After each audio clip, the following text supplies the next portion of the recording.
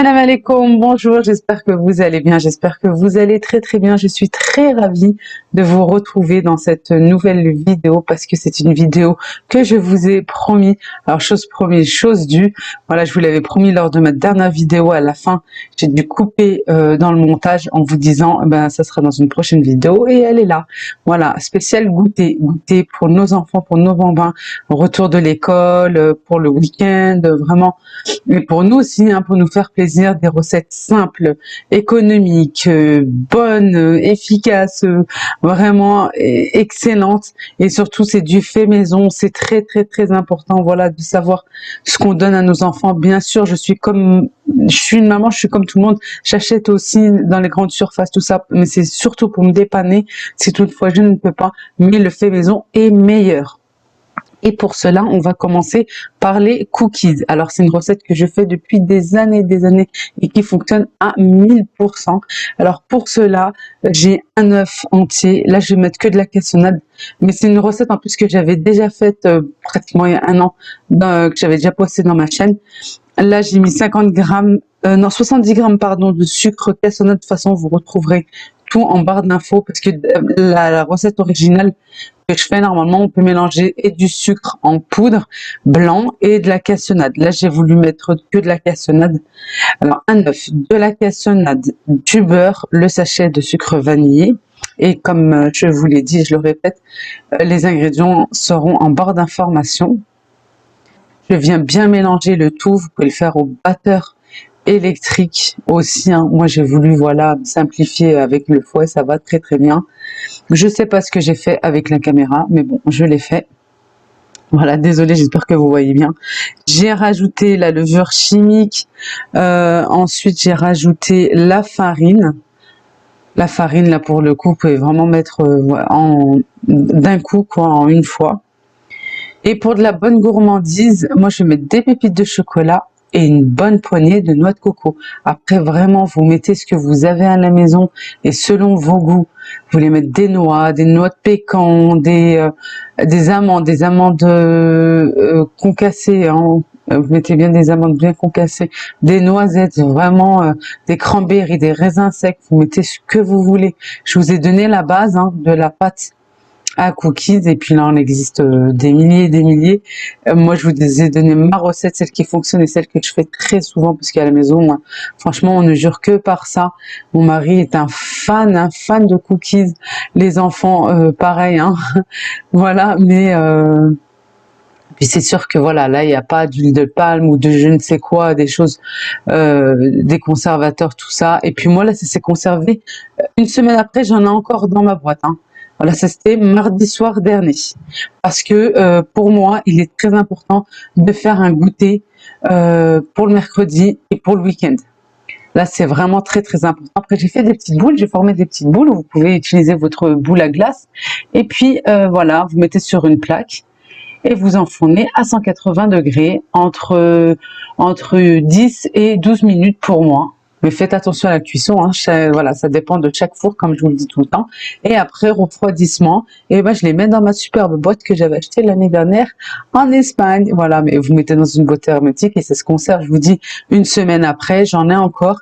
Et ils n'ont pas bougé, vraiment superbe, délicieux. Allez, on passe maintenant aux madeleines.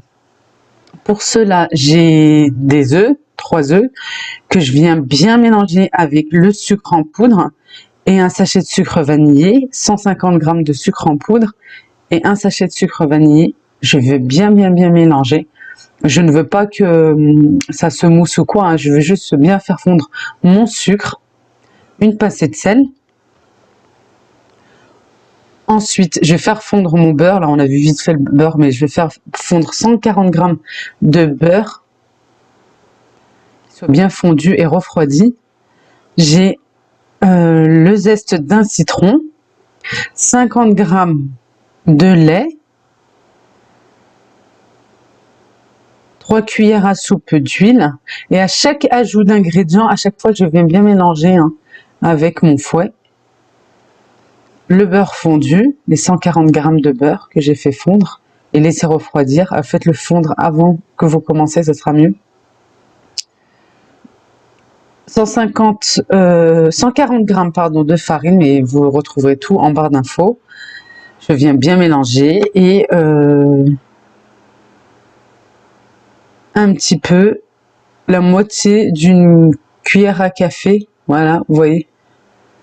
Mais moi, je l'ai voilà tassée pour qu'elle soit bien, voilà, une cuillère rase, on va dire, une cuillère rase de levure chimique. Quand j'ai bien mélangé, je vais venir couvrir le tout. Moi, j'ai fait ça mardi soir, mardi dernier soir. Je viens couvrir ou avec le couvercle ou avec un film alimentaire, peu importe. Et je vais réserver toute une nuit au frigo. Là, vous voyez, c'est le lendemain. J'ai beurré mon moule à madeleine. Et je vais venir déposer ma pâte. Vous voyez, avec dans le frigo, ça a bien figé. La pâte est un peu plus compacte, moins liquide qu'elle l'était la veille. Sans rien rajouter, juste je mélange, je donne un petit coup, voilà, avec ma cuillère. Et je viens déposer ma pâte dans mon moule. Vous pouvez mettre du chocolat, vous allez voir par la suite, je vais mettre du chocolat, vous pouvez mettre de la confiture, vous pouvez laisser neutre comme ceci, nature. Déjà avec le citron, ça donne un bon goût. Là, dans mon deuxième moule, un peu plus petit que le premier, mais j'ai pris un carreau de chocolat que j'ai coupé en deux. Comme mon moule est plus petit que le premier, vous pouvez mettre de la pâte à tartiner, je vous dis vraiment comme vous voulez. Hein. La confiture aussi. Et allez, on enfourne à 180 degrés et on fait attention à la cuisson. Regardez, elles ont une belle bosse. Alors, sur ce moule-là, ça a fonctionné. Et sur l'autre, je ne comprends pas pourquoi.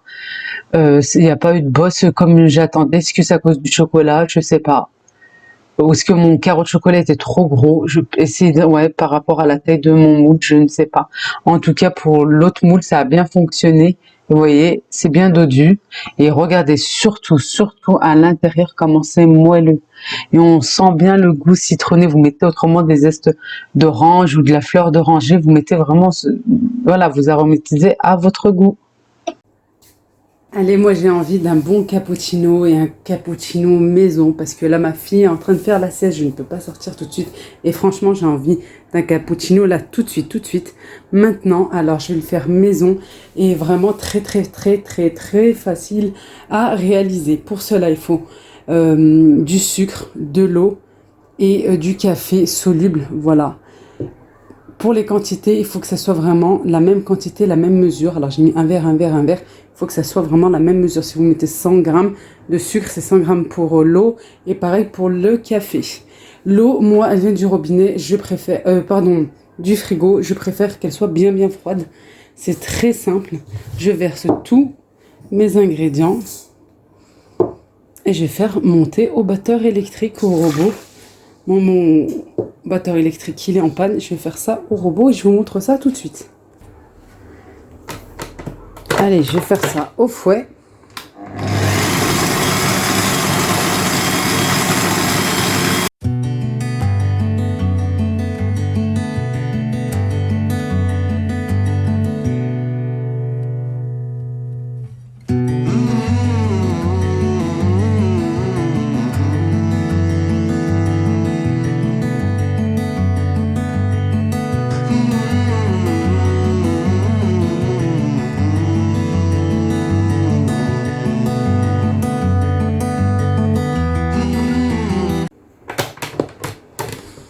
Regardez-moi cette mousse, regardez-moi ce bec d'oiseau. Regardez-moi ça. C'est super, c'est dingue. Le pire, c'est que vous pouvez vraiment la conserver au congélateur. Je vais vous montrer comment faire, mais d'abord, j'ai préparé mon cappuccino parce que là, je ne peux plus tenir. Allez, je vais mettre d'abord un petit peu de mousse. Je préfère mettre d'abord de la mousse après du lait. Et je vais verser du lait bien chaud. Voilà, ça se conserve au congélateur. Hein. Vous mettez ça dans une boîte hermétique, vous mettez au congélateur. Ça peut vraiment se conserver pas mal de temps. Allez, on va verser notre lait bien chaud. Voilà, la mousse, elle remonte à la surface. C'est excellent. Voilà, excellent. Et vous avez vu la gourmande, j'ai déjà préparé mon goûter. Oh là là là là. Juste avant d'aller chercher mon fils à l'école et 2 secondes de tranquillité, quoi. Comme je vous ai dit, ça se conserve très très bien au congélateur.